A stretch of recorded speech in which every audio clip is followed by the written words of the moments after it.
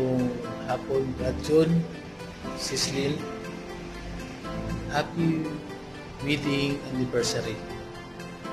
Mag-inaut ta ko nga daghan pa nga katuigan maupod sa inyong kaminyoon. Still healthy. Nagpasalamat ako nga until now pabilin gihapon ang atong sa atong friendship tupad sa atong mga pamilya. I hope nga maluntad ka sa mga katuigan ang atong pagka-igsuunay. Sayang kaayo COVID karong panahon na. Kaya kung wala pa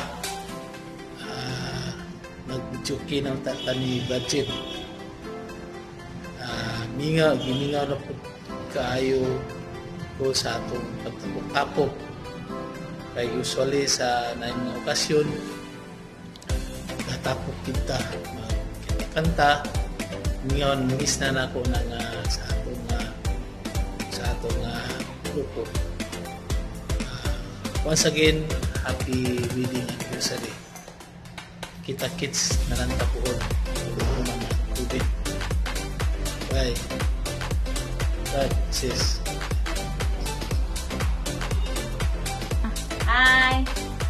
Hi, brother and sis. Congratulations. Happy anniversary.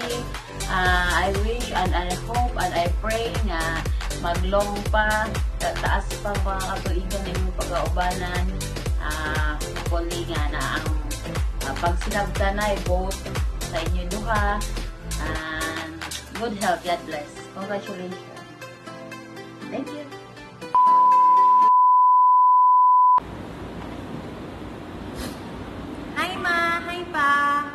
Happy 25th wedding anniversary sa inyong duha. First of all, happy kayo ko kay ming abot mo aning ika 25 anyos nga paghimigmaay. Tapos nagpasalamat sad ko sa og dako sa Ginoo nga as time goes by, nga nagkatigwang po ang inyong sukdanan sa inyong gugma, which is ako. Matod pa ni Papa na ako perminti sa iyang dughan, kay na ako sa iyahang dughan, nakapikit always, di mailhan. Okay, ako ang inyong sukdanan.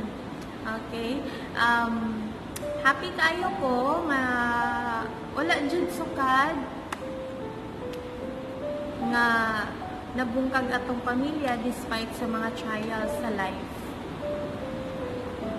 Love ko!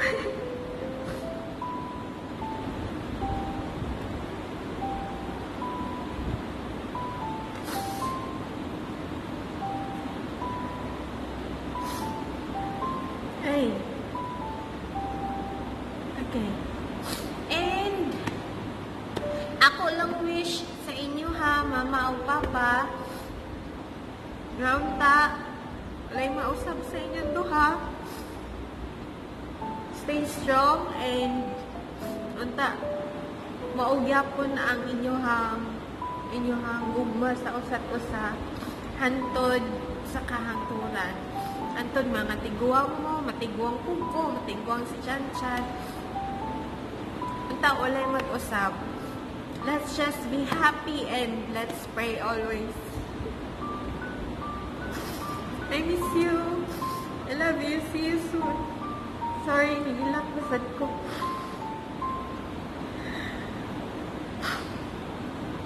Love you.